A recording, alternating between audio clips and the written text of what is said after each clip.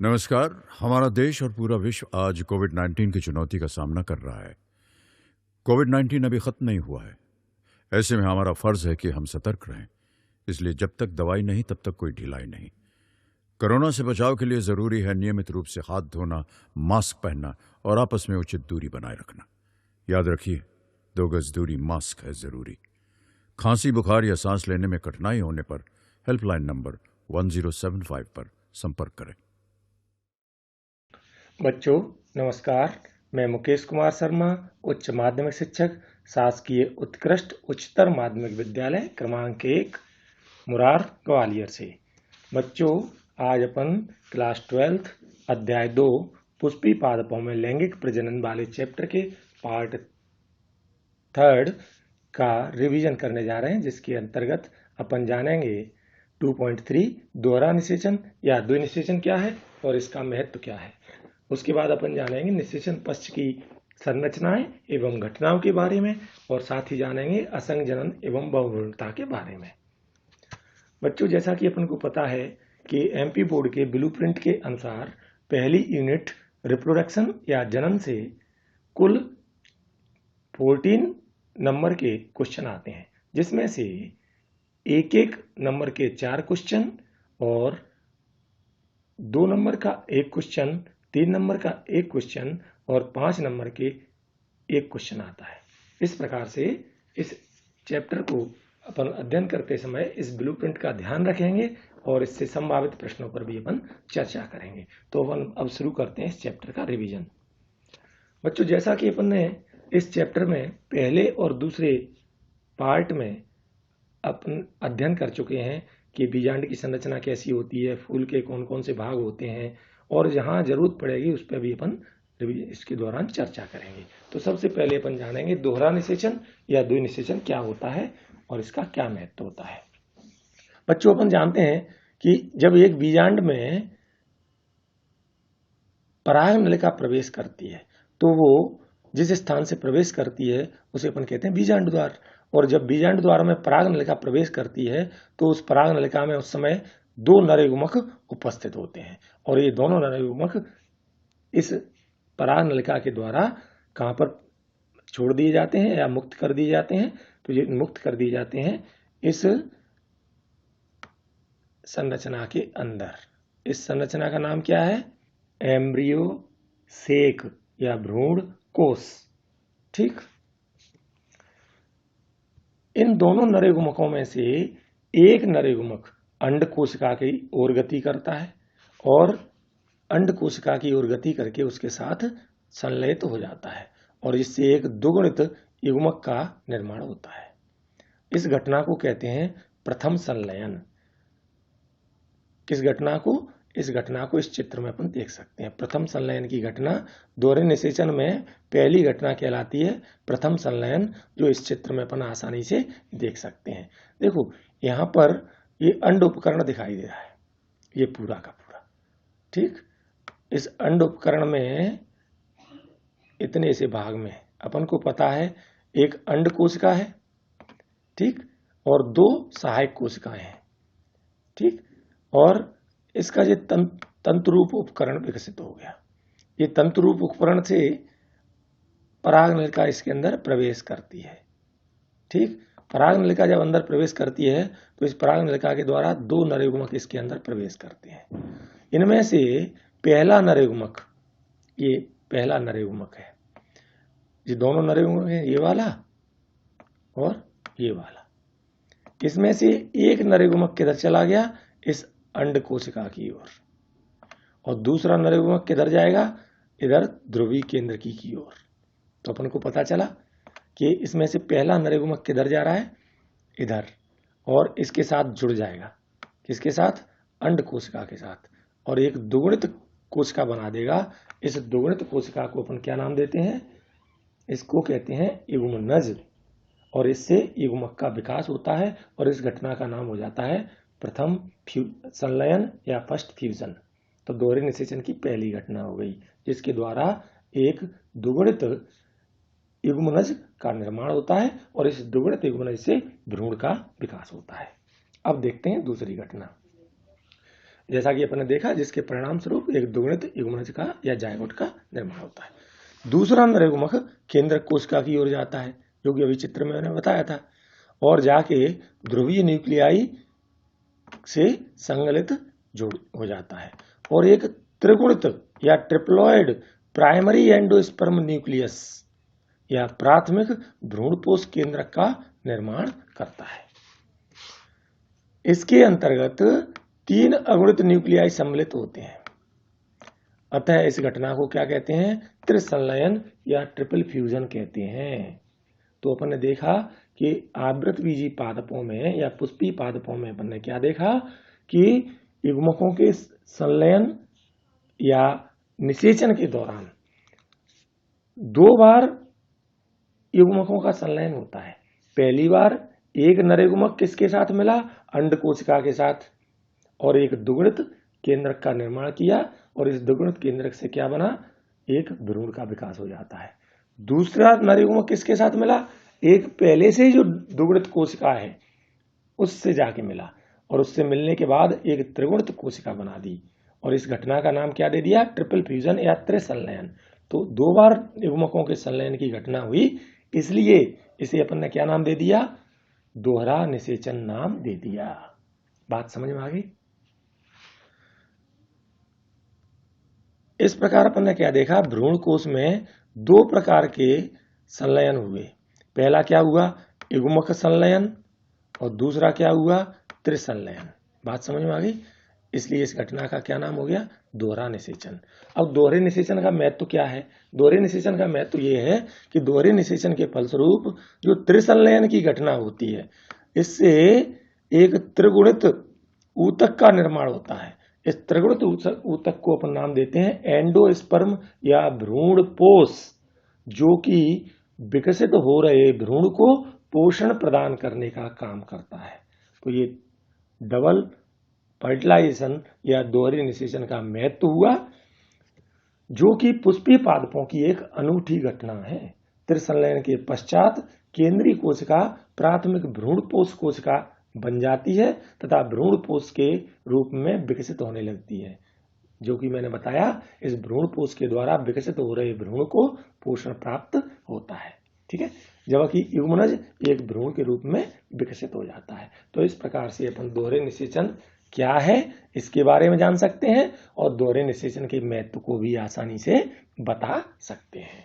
तो ये प्रश्न अपना 3 नंबर में और 4 नंबर में दोनों में आ सकता है।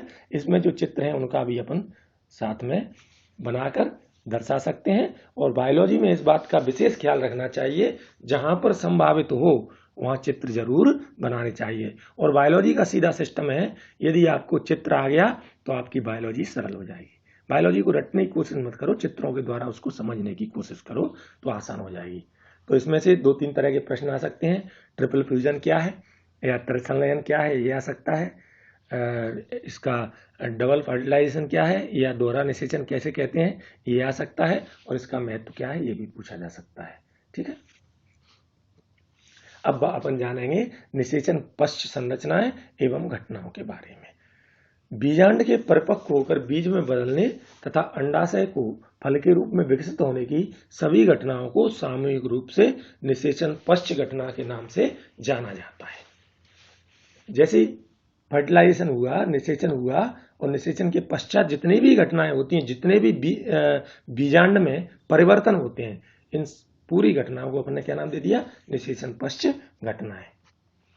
इन निषेचन पश्च घटनाओं में अपन जानेंगे क्या क्या होता है। तो सबसे पहले अपन ने जैसा कि देखा था कि निषेचन के पश्चात भ्रूण का विकास होता है, भ्रूणपोष का विकास होता है। तो कैसे होता है इनके बारे में जानेंगे। और बीज कैसे विकसित होता है, फल बैग कैसे विकसित होता है, बीज क्या है, भ्रूणपोष क्या है, भ्रूण क्या है, इन सब घटनाओं के बारे में और इनकी संरचनाओं के बारे में अपन को जानना है। भ्रूणपोष के बारे में या एंडोस्पर्म के बारे में अपन जानते हैं। प्राथमिक भ्रूणपोष कोशिका जो कि ट्रिपल फ्यूजन या त्रिसंलयन के फलस्वरूप बनती है, ये प्राथमिक भ्रूणपोष कोशिका बार बार विभाजित होती है तथा एक त्रिगुणित भ्रूणपोष ऊतक की रचना करती है। जैसा कि अपन ने यहाँ देखा, ये लिखा हुआ है चित्र में प्राथमिक भ्रूणपोष केंद्रक। ये प्राथमिक भ्रूणपोष केंद्रक कैसा है? ये है 3n मतलब त्रिगुणित। एक प्रश्न आता है 1 नंबर में, एंडोस्पर्म या भ्रूणपोष कैसा होता है, द्विगुणित, त्रिगुणित, अगुणित, इस प्रकार से पूछा जाता है, तो अपन को उसका जवाब देना है, ये त्रिगुणित होता है। ठीक है। प्राथमिक भ्रूणपोष केंद्रक से भ्रूणपोष का विकास उत्तरोत्तर कई केंद्र की विभाजनों से गुजरकर मुक्त न्यूक्लियस के रूप में या मुक्त न्यूक्लियाई के रूप में होता है। भ्रूणपोष के विकास की इस अवस्था को फ्री न्यूक्लियर एंडोस्पर्म अर्थात मुक्त केंद्र की भ्रूणपोष कहते हैं। अपन ने क्या देखा कि ये केंद्रक कई बार लगातार विभाजित होता जाए और केवल केंद्र कई केंद्रक बनते जाएं, तो इसको अपन क्या कहते हैं, फ्री न्यूक्लियर एंडोस्पर्म या मुक्त केंद्र की भ्रूणपोष के नाम से जानते हैं। जैसा कि अपन चित्र में देख रहे हैं कि केवल इससे एक केंद्रक से 2, 2 से 4, 4 से 8, इस प्रकार से केंद्रक से केंद्रक बनते चले जा रहे हैं, तो ये प्री न्यूक्लियर एंडोस्पर्म हो गया। कुछ में क्या होता है कि एक केंद्रक से 2 बने और इसके चारों ओर कोशिका भित्ति का निर्माण हो गया, ऐसा भी होता है। तो ये देखो, इसके सापेक्ष कोशिका भित्ति की रचना ले लेती है। मतलब कभी कभी क्या होता है कि तुरंत न्यूक्लियस बनने के बाद या न्यूक्लियाई बनने के बाद उसके ऊपर कोशिका भित्ति बन जाती है और भ्रूणपोष कोशिकीय बन जाता है। मतलब इसे कहते हैं अपन सेलुलर एंडोस्पर्म या कोशिकीय भ्रूणपोष। कोशिकीकरण से पहले मुक्त न्यूक्लियाई की संख्याओं में व्यापक भिन्नता होती है। एक कच्चे नारियल का पानी जिससे आप परिचित हैं, और वो और कुछ नहीं है बल्कि एक मुक्त केंद्र की या फ्री न्यूक्लियर भ्रूणपोष होता है जिसमें हजारों न्यूक्लियाई होते हैं। इसके आसपास का सफेद गूदा या जिसे गिरी कहते हैं, वो क्या है, वो कोशिकीय प्रकार का भ्रूणपोष है। तो एक नारियल जो होता है जिसको अपन फोड़ते हैं तो उसमें पानी भी निकलता है और उसमें गूदा भी निकलता है। तो इसमें दोनों प्रकार के एंडोस्पर्म या भ्रूणपोष देखने को मिल जाते हैं। पानी वाला हिस्सा जो बीच में भरा रहता है, इसमें यहाँ पे इस बीच वाले हिस्से में भरा होता है, वो क्या है, न्यूक्लियर प्रकार का भ्रूणपोष है। और जो गिरी होती है इसकी, जिसको अपन खाते हैं, गूदा होता है, वो क्या है, कोशिकीय प्रकार का भ्रूणपोष है। ठीक है। बीज के परिपक्व होने से पहले भ्रूणपोष पूरी तरह से विकासशील भ्रूण द्वारा उपभोग कर लिया जाता है या फिर परिपक्व बीज में विद्यमान रहता है और इसे बीज अंकुरण के समय इस्तेमाल किया जाता है। जैसा कि चित्र में अपन देख सकते हैं। देखो यहाँ पे अपन देख रहे हैं, ये वाले जो बीज है, ये वाला बीज है द्विबीजपत्री बीज, जिसमें अपन को 2 बीज पत्र देखने को मिल रहे हैं। एक बीज पत्र ये है और दूसरा बीज पत्र ये है। इसमें भ्रूणपोष अनुपस्थित है। जबकि अरंडी भी एक द्विबीजपत्री पादप है। ये अरंडी का बीज देख रहे हैं अपन। इस द्विबीजपत्री पादप में अपन भ्रूणपोष देख सकते हैं। ये बीज पत्र है, इसके बीच में ये बीज पत्र है यहाँ और यहाँ। इन बीज पत्रों के चारों ओर ये भ्रूणपोष अपन आसानी से देख सकते हैं। तो ये भ्रूणपोषी बीज हो गया। जबकि ये एक बीजपत्री बीज है मक्का का। इसमें अपन क्या देख रहे हैं, इसमें अपन देख रहे हैं कि ये भ्रूणपोष देखो ये भरा पड़ा है और इसमें भी भ्रूणपोष ये भरा पड़ा है। तो दोनों प्रकार के बीज अपन देख सकते हैं। जब बीज के अंदर भ्रूण का विकास हो रहा होता है तो उसको उपभोग कर लिया गया, तो भ्रूण उसमें बीज पत्र उसमें परिपक्व बीज में भ्रूणपोष अनुपस्थित होगा। और जिसमें उपभोग नहीं होगा एम्ब्रियो या भ्रूण के विकास के दौरान, तो उसमें भ्रूणपोष उपस्थित होगा। ठीक है। अब अपन जानेंगे भ्रूण के बारे में। भ्रूण या एम्ब्रियो क्या है। भ्रूणपोष के अंदर बीजांड द्वारी सिरे पर विकसित होता है, जहां पर युग्मनज स्थित होता है। देखो यहीं पर क्यों विकसित होता है, जैसा कि अपन चित्र में देख रहे थे कि इस चित्र में अपन ने देखा कि इस बीजांड के अंदर ये क्या है, एम्ब्रियो सेक या भ्रूण कोश है। इस भ्रूण कोश के बीजांड द्वार, मतलब ये वाला जो बीजांड द्वार है या माइक्रोपाइल है, इस सिरे पर अंड उपकरण या एग एपरेटस है जो पूरा। इसमें अंड कोशिका इसी सिरे पर उपस्थित है और अंड कोशिका के साथ अपन को पता है प्रथम फ्यूजन या प्रथम संलयन के दौरान इस अंड कोशिका से किसका विकास हो जाता है, एक दुगुणित कोशिका का विकास होता है। इस दुगुणित कोशिका को अपन ने क्या नाम दिया, युग्मनज या जायगोट। इस युग्मनज या जायगोट से एम्ब्रियो या भ्रूण का विकास होता है। इसलिए एम्ब्रियो हमेशा किधर होता है, बीजांड द्वारी सिरे पर स्थित होता है। अधिकतर युग्मनज तब विभाजित होते हैं जब कुछ निश्चित सीमा तक भ्रूणपोष या एंडोस्पर्म का विकास हो जाता है। यद्यपि बीजों में व्यापक भिन्नता होती है, भ्रूण विकास की प्रारंभिक अवस्था एक बीजपत्री और द्विबीजपत्री दोनों पादपों में ही समान होती है। एक प्रारूपिक द्विबीजपत्री भ्रूण में एक भ्रूणीय अक्ष तथा दो बीजपत्र होते हैं। जैसा कि अपन चित्र में देख सकते हैं कि एक द्विबीजपत्री बीज दिए हुए हैं, ये भी है, ये चना है और ये मटर है। इन दोनों बीजों में अपन देख सकते हैं कि ये दो बीजपत्र दिख रहे हैं, एक बीजपत्र ये है, एक बीजपत्र ये है। इसमें भी एक बीजपत्र ये है, एक बीजपत्र ये है। और इसमें अपन देख रहे हैं ये क्या है, पूरा भ्रूणीय अक्ष है। इसमें ये क्या देख रहे हैं अपन, एक भ्रूणीय अक्ष है। तो एक बीज में अपन क्या देख रहे हैं, एक भ्रूण में अपन क्या देख रहे हैं, एक भ्रूणीय अक्ष और दो बीजपत्र देख रहे हैं। ठीक है। बीजपत्राधार में बीजपत्रों के स्तर से नीचे बेलनाकार प्रोटीन जो कि मूलांत सिरा या मूलज के शीर्षांत पर समाप्त होती है, यह मूल शीर्ष एक ढक्कन द्वारा आवृत होती है जिसे मूल गोप कहते हैं। मूल गोप या रूट कैप कहते हैं। ये क्या है, अब इस चित्र में अपन इस बात को देखें। देखो यहाँ पर दोनों बीजपत्र खत्म हो गए, एक बीजपत्र ये वाला और एक बीजपत्र ये वाला। इन दोनों बीजपत्रों के नीचे बीजपत्राधार पर, बीजपत्र का आधार हो गया, जैसे बीजपत्राधार नाम दे दिया। बीजपत्राधार से नीचे अपन ने क्या देखा, एक प्रोटीन का बेलनाकार स्ट्रक्चर दिखाई दे रहा है, ये वाला। इसके मूलांत के शीर्ष पर, मतलब इसके अंतिम सिरे पर, यहां इसका अंतिम सिरा है, इस पर एक टोपीनुमा संरचना लगी हुई है। इस टोपीनुमा संरचना का क्या नाम हो गया, मूल गोप या रूट कैप नाम हो गया। एक बीजपत्री भ्रूण में केवल एक बीजपत्र होता है। घास परिवार में बीजपत्र को स्कूटेलम या प्रसल्क कहते हैं, जो भ्रूणीय अक्ष के एक तरफ स्थित होता है। इसके निचले सिरे पर भ्रूणीय अक्ष में एक गोलाकार और मूल आवरण एक बिना विभेदित परत से आवृत होता है, जिसे कोलियोराइजा या मूलांकुर चोल कहते हैं। स्कूटेलम के जुड़ाव के स्तर से ऊपर भ्रूणीय अक्ष के भाग को बीजपत्रोपरिक कहते हैं। बीजपत्रोपरिक में प्ररोह शीर्ष तथा कुछ आदिकालिक पर्ण होते हैं जो एक खोखला पर्णीय संरचना को घेरते हैं, जिसे प्रांकुर चोल कहते हैं।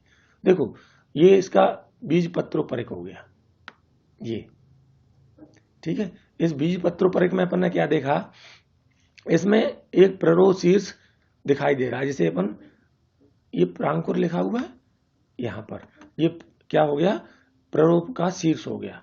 यहां पर कुछ पर्ण होते हैं, मतलब पत्तियां होती हैं जो अंकुरण के समय बाहर निकलती हैं। ठीक है।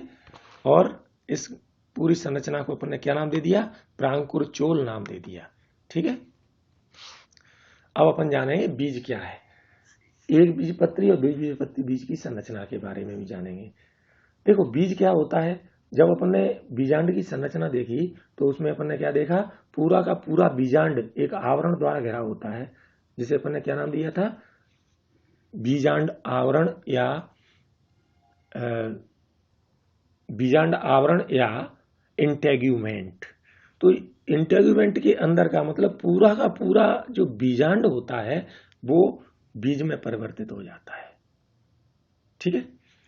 तो आवृत बीजियों में लैंगिक जनन का अंतिम परिणाम बीज होता है। इसको प्राय एक निषेचित बीजांड के रूप में वर्णित किया जाता है। बात समझ में आ गई, क्या है बीज, क्या है, एक निषेचित बीजांड या परिपक्व बीजांड है। बीज फलों के अंदर पैदा होते हैं। एक बीज में विशिष्ट रूप से बीज आवरण, बीज पत्र और एक भ्रूण अक्ष होता है। देखो अपन ने देखा था कि एक भ्रूण में दो चीज थी, क्या था, बीज पत्र और भ्रूणीय अक्ष।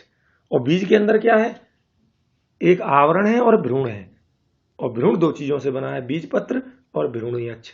तो बात समझ में आ गई, बीज में मुख्यतः दो चीजें हैं, बीज का आवरण और भ्रूण दो चीजों से मिलकर बना है, बीज पत्र और भ्रूणीय अक्ष। क्लियर हो गया। भ्रूण का बीज पत्र एक सरल संरचना होती है, प्राय आरक्षित आहार भंडारण के कारण फूली हुई एवं स्थूल होती है। परिपक्व बीज एल्ब्यूमिनस रहित हो सकता है। इस एल्ब्यूमिनस रहित या गैर एल्ब्यूमिनस बीजों में अवशिष्ट भ्रूणपोष नहीं होता, क्योंकि भ्रूण विकास के दौरान यह पूर्णतः उपभोक्त कर लिया जाता है, जैसे कि मटर और मूंगफली, या कह सकते हैं अधिकांश द्विबीजपत्री पादप। जैसा कि अपन ने पहले चर्चा की थी कि बीज दो प्रकार के हो सकते हैं, किसके आधार पर? भ्रूणपोष की उपस्थिति और अनुपस्थिति के आधार पर। जिनमें भ्रूण अनुपस्थित होता है उनको अपन ने क्या नाम दिया था? गैर एल्ब्यूमिनस या एल्ब्यूमिनस रहित बीज। ठीक है, क्यों? क्योंकि भ्रूण के विकास के दौरान इसका जो भ्रूणपोष है उसका उपभोग कर लिया गया है। एल्ब्यूमिनस बीजों में भ्रूणपोष का कुछ भाग शेष रह जाता है, क्योंकि भ्रूण विकास के दौरान इसका पूर्णतः उपभोग नहीं हो पाता, जैसे कि गेहूं है, मक्का है, बाजरा है। मैंने बताया कि अधिकांश एक बीजपत्री पादप, लेकिन कुछ द्विबीजपत्री पादप जैसे अरंड या अरंडी जो होता है, जिसे कैस्टर कहते हैं इंग्लिश में, वो कैसा है? द्विबीजपत्री तो है, लेकिन इसमें भ्रूणपोष उपस्थित होता है, जो कि चित्र में अपन आसानी से देख सकते हैं। इसमें भ्रूणपोष देखो यहाँ भरा हुआ है, साइड में ये भ्रूणपोष भरा हुआ है, पूरे में इधर भरा हुआ है ये। ठीक है, चारों तरफ भ्रूणपोष भरा हुआ है, और इस एक बीजपत्री में अपन देख सकते हैं कि भ्रूणपोष भरा हुआ है। ठीक है, बीजांड का अध्यावरण बीज के ऊपर एक सख्त संरचनात्मक आवरण बन जाता है। बीज के आवरण में बीजांड द्वार एक छोटे छिद्र के रूप में रह जाता है। बीज अंकुरण के समय यह ऑक्सीजन एवं जल के प्रवेश को सुगम बना देता है। देखो, किसी बीज को तोड़ें, जैसे चने के बीज को तोड़ें, तो उसके ऊपर एक हार्ड कवरिंग निकलती है, एक कवर निकलता है। इस कवर को, वो कवर क्या है? बीज आवरण है। और इस बीज आवरण का किससे विकास हुआ? अध्यावरण या इंटेग्यूमेंट के द्वारा। बीजांड की जो अध्यावरण या इंटेग्यूमेंट है, उसने क्या बना दिया? बीज आवरण। ठीक है, और इसमें जो माइक्रोपाइल या उसका जो छिद्र था, बीजांड द्वार, उस बीजांड द्वार उसमें बीज के ऊपर एक छोटे से छिद्र के रूप में दिखाई देगा। और उसका क्या उपयोग है? जब बीज अंकुरित होता है उस समय इसमें से आसानी से ऑक्सीजन और जल प्रवेश कर जाता है। जैसे जैसे बीज परिपक्व होता जाता है, उसके अंदर जल की मात्रा घटने लगती है तथा बीज अपेक्षाकृत शुष्क हो जाता है, जिसके फलस्वरूप सामान्य उपापचयी या चयापचयी क्रियाएं, या जिन्हें मेटाबॉलिक एक्टिविटीज कहते हैं, धीमी पड़ने लगती हैं। भ्रूण, जिससे क्या होता है? जो भ्रूण या एम्ब्रियो है वो निष्क्रियता की दशा में आ जाता है, और इसे कहते हैं सीड डोरमेंसी या बीज प्रसुप्ति। तो याद रखना, एक प्रश्न आ सकता है 2 नंबर में, बीज प्रसुप्ति किसे कहते हैं या सीड डोरमेंसी किसे कहते हैं? तो जवाब क्या होगा कि जैसे जैसे बीज परिपक्व होता है उसके अंदर पानी की मात्रा कम हो जाती है और बीज शुष्क हो जाता है। पानी की मात्रा कम हो जाने की वजह से बीज के अंदर भ्रूण की जो उपापचयी क्रियाएं होती हैं वो कम हो जाती हैं और भ्रूण निष्क्रिय हो जाता है। इस घटना को क्या कहते हैं? बीज प्रसुप्ति कहते हैं। जैसे जैसे बीजांड परिपक्व होकर बीज बनते हैं, उस अंडाशय एक फल के रूप में विकसित हो जाता है। अर्थात बीजांड का बीज के रूप में तथा अंडाशय का फल के रूप में रूपांतरण एक साथ होता है। देखो, प्रश्न आता है फल क्या है? तो जवाब क्या हो जाएगा? परिपक्व अंडाशय क्या है? फल है। बीज क्या है? तो अपन को पता है परिपक्व बीजांड फील है, बीजांड बीज है। क्लियर हो गई बात? अब आगे बढ़ते हैं। अंडाशय की दीवार फलभित्ति या फल की दीवार के रूप में विकसित हो जाती है, जिसे फलभित्ति कहते हैं।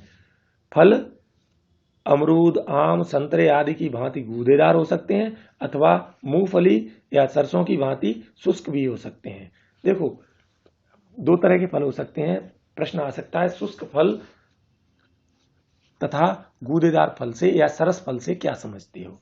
तो देखो, यहाँ पे जवाब देना है अपन को। ये भी 2 नंबर का प्रश्न है, शुष्क फल या सरस तथा सरस फल से क्या समझते हो? तो जवाब हो जाएगा ऐसे फल जिनकी फलभित्ति मांसल और गूदेदार होती है उन्हें गूदेदार या सरस फल कहते हैं। उदाहरण क्या हो जाएगा? जितनी भी फलियां होती हैं, वो फलियां जितनी भी होती हैं वो कैसी हो जाएंगी?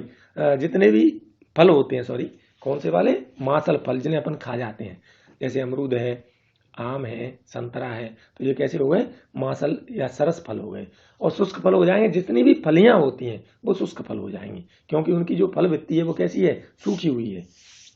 उनके बीजों को अपन खाते हैं। ठीक है, बहुत सारे फलों ने अपने बीजों के प्रक्षेपण हेतु विविध प्रक्रिया या विधियां विकसित कर ली हैं। परिक्षेपण मतलब बिखेरने, दूर दूर तक बिखेरने की।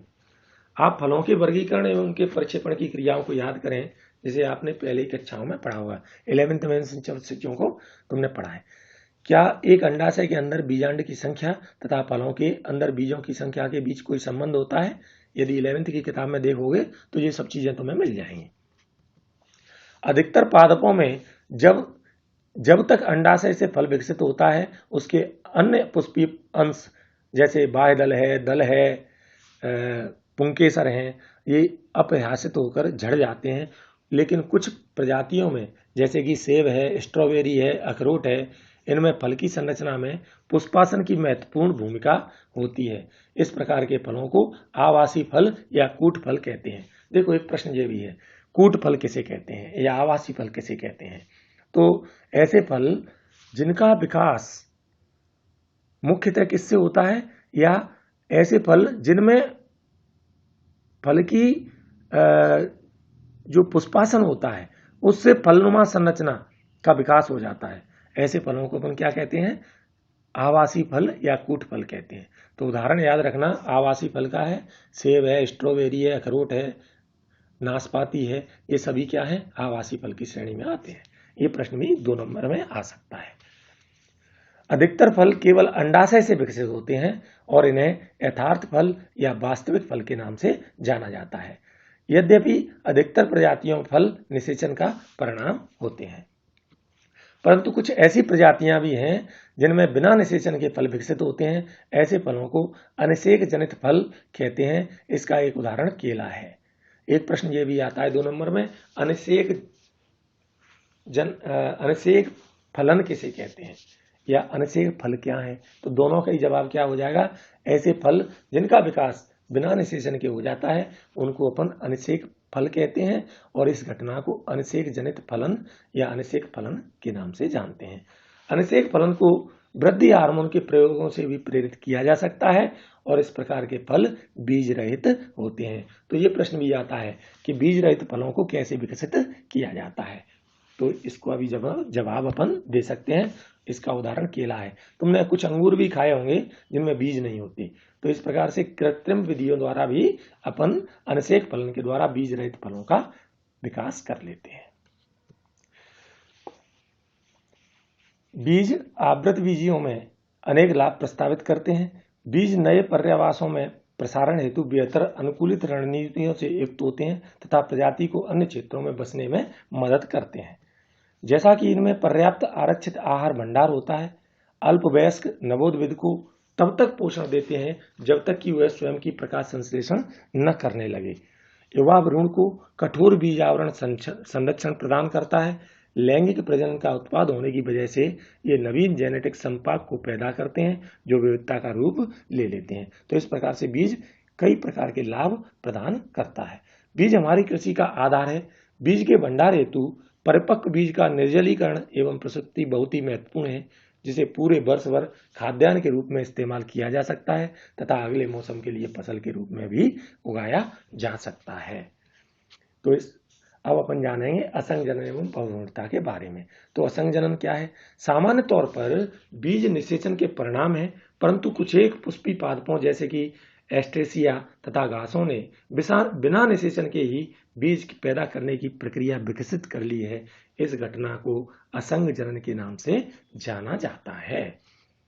असंग जननी बीजों के विकास के सैकड़ों तरीके हैं। कुछ प्रजातियों में दुगुणित अंड कोशिका का निर्माण बिना अर्धसूत्री विभाजन के होता है, जो बिना निषेचन के ही भ्रूण में विकसित हो जाता है। अब जानेंगे अपन बहुभ्रूणता के बारे में। प्राय कई अवसरों पर, जैसा कि बहुत सारे नींबू वंश या सिट्रस वंश तथा आम वंश की किस्मों में भ्रूण कोश के आसपास बीजांड की कुछ कायिक कोशिकाएं विभाजित होने लगती हैं तथा भ्रूण के रूप में विकसित हो जाती हैं। इस प्रकार की प्रजातियों में प्रत्येक बीजांड में अनेक भ्रूण होते हैं। एक बीज में एक से अधिक भ्रूणों की उपस्थिति को बहुभ्रूणता या पॉलीएम्ब्रियो के नाम से जानते हैं। तो इस प्रकार से अपन बता सकते हैं बहुभ्रूणता या पॉलीएम्ब्रियोनी क्या है। जब एक बीज के अंदर एक से अधिक भ्रूण उपस्थित होते हैं तो इसे अपन बहुभ्रूणता या पॉलीएम्ब्रियोनी कहते हैं। और इसके साथ ही ये चैप्टर समाप्त होता है। Thank you. किशोरावस्था संबंधित समस्याओं के परामर्श हेतु समर्पित उमंग किशोर हेल्पलाइन के टोल फ्री नंबर 144225 पर संपर्क करें।